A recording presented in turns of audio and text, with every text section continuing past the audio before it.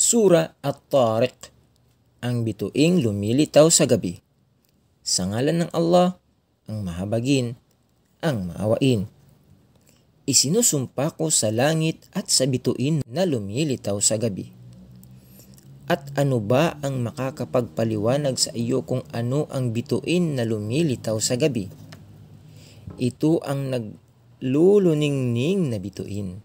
Bawat kaluluwa ay mayroong tagapagbantay na mga anghel, kaya hayaang pag-isipan ng tao mula sa anong bagay siya ay nilikha. Siya ay nilikha mula sa isang tubig, si Melya na dumadaloy. Lumabas mula sa pagitan ng kanyang gulugod at ng mga tadyang. Katotohanan, siya ang Allah ay may kakayahang ibalik ang tao sa pagkabuhay. Sa araw na iyon, ang mga lihim ay susuriin, hahatulan at isisiwalat. Kaya siya ang tao ay walang lakas at walang katulong.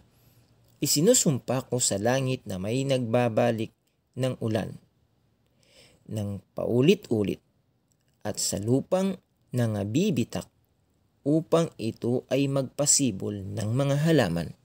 Katotohanan, ito ang Quran ay isang totoo, mahalagang pahayag at ito ay hindi pinapahayag upang gawing libangan. Katotohanan, sila mga di naniniwala ay nagtatangka ng isang masamang balakin at ako ay nagbabalak ng isang balakin laban sa kanila. Kaya magbigay ng sapat na oras para sa mga di naniniwala. Sila ay inyong hayaan kahit sandali.